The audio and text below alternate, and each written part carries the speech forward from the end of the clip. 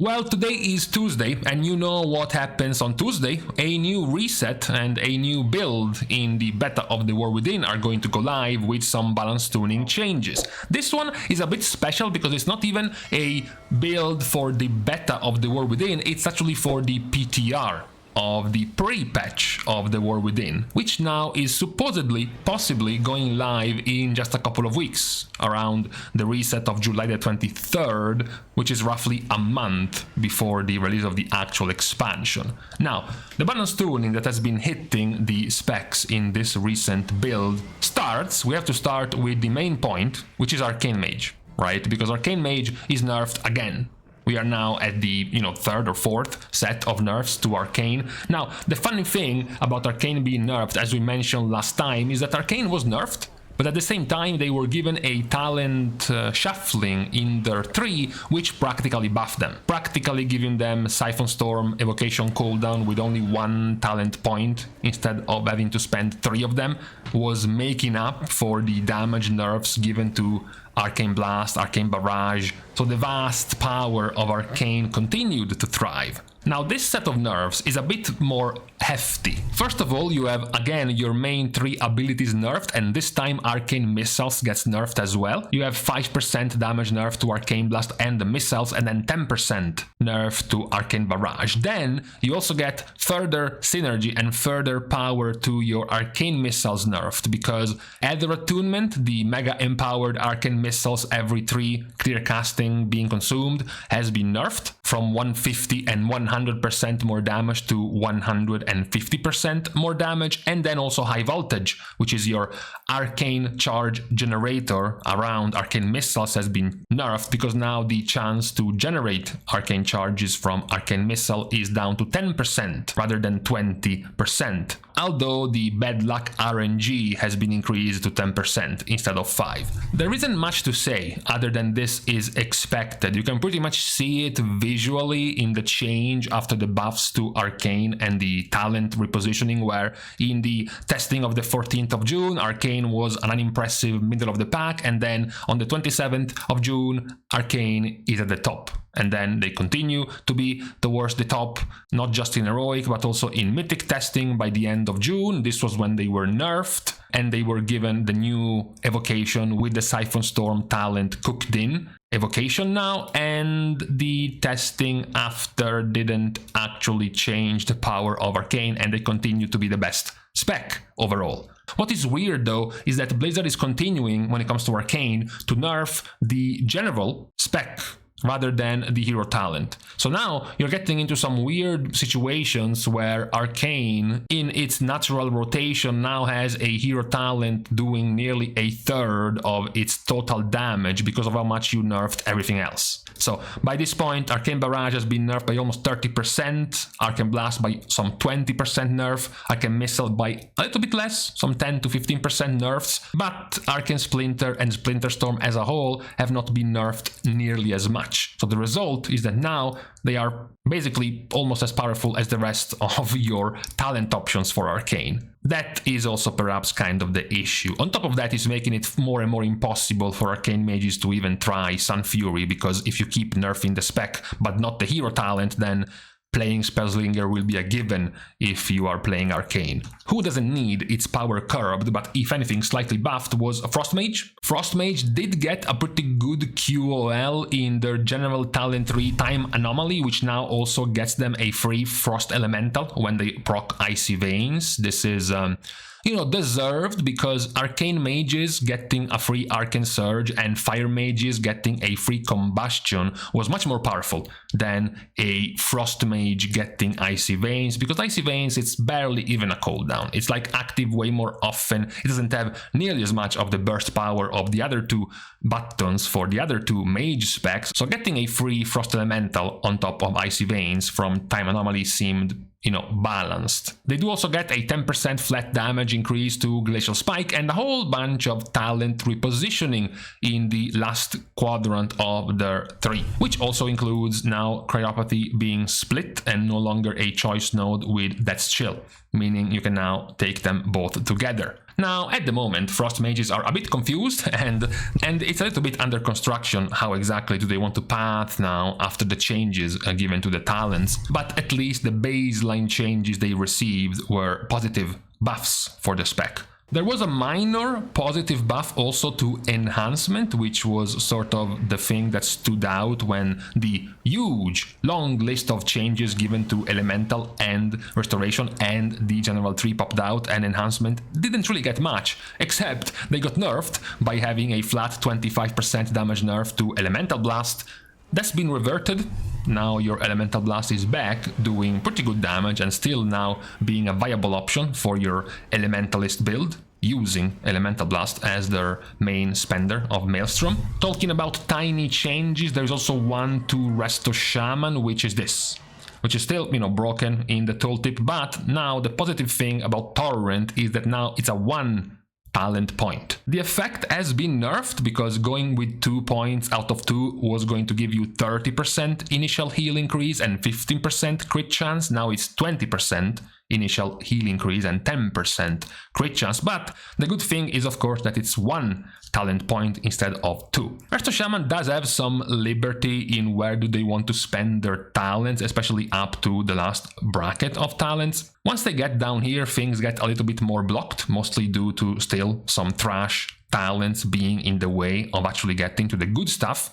And also keeping this as 2 talent points wasn't that huge anyways, since you had a way to reach Primal Tidecore, which you always did by going down one of these 2 choices, so it's not that you needed to path through Torrent. And also nowadays Resto Shaman mostly plays around Chain Heal and not around Riptide, so this wasn't nearly as strong anyways. It is still a pretty good one though, especially for example in Mythic Plus, where you might not start needing some cooldown talents like Earthen Wall Totem or cooldown reductions to your Healing Tide, where it has much less value in Mythic Plus. You have more room now to take some of these talents which are more useful for Mythic Plus. For single target spot healing, for example, which Torrent would make you much better at. Also talking about small changes, you have the ones for Holy Paladin, although these ones are still focused on the same issue we talked about for Arcane, which was the fact that Holy Paladin was the strongest performing healer in the past couple of weeks of beta testing.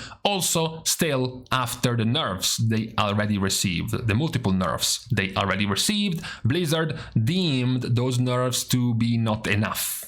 So now Eternal Flame is nerfed. It's no longer 120% spell power hot. It's now a 90% spell power hot. This is again very warranted because this new version of Holy Paladin was having far too much power on this Eternal Flame Word of Glory ability, and it pretty much completely, extinguished the value of your other option as a spender, Light of Dawn. Now most of your power went in a single target, spot heal ability. So now you were effectively a spot heal bot. You were just spamming single target heal, non-stop. And when you are spamming nothing but single target heals and it becomes so powerful, you become easily the strongest healer in the beta testing, it's a problem. So Eternal Flame is being nerfed. You also have a nerf to the activation of Sun's Avatar, but at least for this one, it's only for the damage part of the activation. You also have inexplicably Holy Light nerfed in healing by 20%. I say inexplicably because Holy Paladin doesn't really cast that much anymore. This is not the mid to late Dragonflight, Flash of Light, Holy Light, Paladin type of build, so nerfing Holy Light by 20% is a bit confusing. It would have made much more sense to continue nerfing Holy Shock, for example, but the compensation that you get is that your Holy Prism, which has since the beta of the War Within become completely worthless and heals for nothing, it has no more synergy with things like tier sets, for example, so it was being taken away. Everyone was choosing Barrier of Fate now. This will change, because now Holy Prism has quite literally been doubled in power. That's it. That's just what it is. So it will go back to become the default option in this dual node choice for Holy Paladins. The other QOL, if we can say so, is Blessing of Summer, and Merciful Aura's dual choice node is swapping position with Awakening and Sanctified Wrath.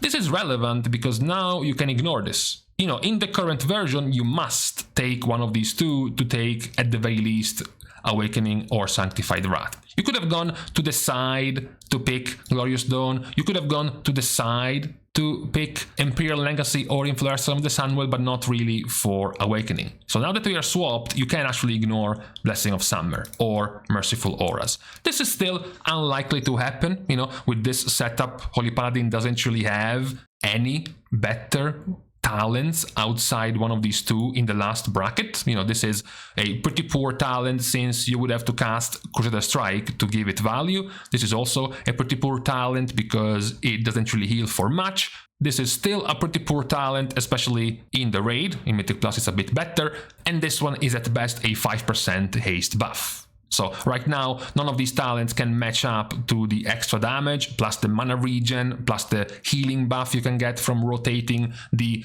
blessings as a paladin, or even just if you want to go for HPS flat out increases, Merciful Auras is also still better than any of these buffs. So swapping them around could have been cool, but you would have to make some of these talents more worth taking if you want to give value to swapping around these two options. Now, do not get baited by the changes to Evoker. The only change that matters given to Evoker is to Devastation, and that's a 15% buff to Eternity Surge. Now, what I mean by don't get baited is the fact that on top of this you will see in the data mining many abilities being buffed across the board, as well as generic evoker abilities like Fire Breath and like Disintegrate being buffed by 30 to 40%. And the answer is no. This is just to counterbalance the fact that your damage auras are being nerfed. A 15% nerf to Preservation Evoker and a 31% nerf to Devastation Evoker. So Blizzard is counteracting this by buffing the abilities by that much. The only one that gets buffed by more,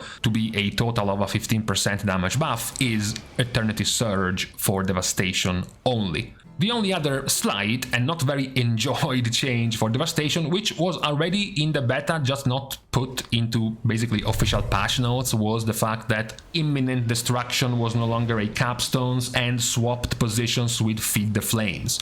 Unfortunately, this talent needs to come after taking Imminent Destruction, which is not nearly as good, and on top of that it's still tied to a talent, to Deep Breath on your general tree. So really the main request of dev players is for Blizzard to discover the insane technology of drawing a vertical line, allowing you to now take all of the talents that synergize around Firestorm in a straight line down the left, rather than having to take a stop and forcefully take Imminent Destruction, which you don't want to do.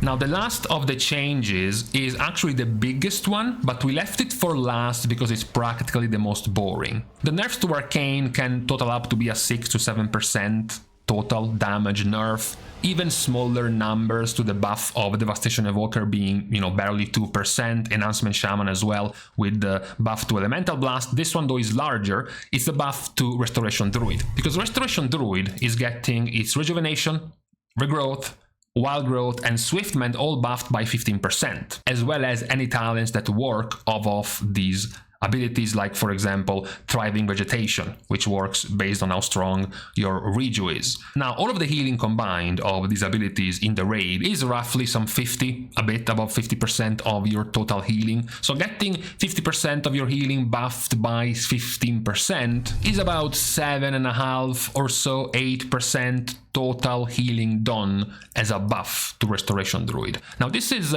warranted, as we have gone through a couple of passes on the state of healers in the beta, and we consistently mentioned the worst 3 healers being Resto Druid, Discipline Priest and Holy Priest. So Restoration Druid is, for starters, in need of some flat healing increases. Getting buffed by roughly 8%, for example, would make them go from down at the bottom to matching the middle of the pack, for example. Same goes here. Getting buffed by 8 or so % would make them match Preservation Evoker. So it's a start, right? It's a start to buffing the power of Restoration Druid. Of course, you still have the problem that you are still playing Resto Druid in a raid, so your playstyle is absolutely dreadful and makes you want to quit the game, but at the very least now you are not nearly as weak as you were before. Maybe you would have liked something better, like, you know, buffing more of your abilities, nerfing your Grove Guardians, making Wildstalker a more valuable and viable hero talent for raid healing for Resto Druid, but you know, even this at least is something. Think about the other two healers that were just as bad as you and didn't get any buffs this round of tuning, for example. But this was pretty much all of the set of changes we have been receiving in this last round of tuning. Some of those were quite expected, like the continued nerfs to Arcane, some attention to the weakest performers like Resto Druid, and a few decent QOLs here and there to Devastation, to Enhancement Shaman, the expected also nerf to Holy Paladin. We will continue to see how Blizzard will balance and monitor the performance of the specs. In the next couple of days we have more raid testing, for example, to further see the performance of the specs. So I guess we will get to wait and see once that testing is done to see how things are continuing in the beta when it comes to the performance of the specs. But for today, on this quite high heat Tuesday, it's time to leave each other. We're starting the goodbyes as usual by thanking everyone for watching this video, of course, and also for supporting by doing things for free, like, for example, liking and commenting down below, as well as subscribing to the channel itself. Now, as I get further and further away from the microphone, thank you guys for watching. See you guys tomorrow, and in the meantime, well, time to leave. I have to go and work out and take a shower. It's not even because I want to work out, just because I want to take a shower in this heat.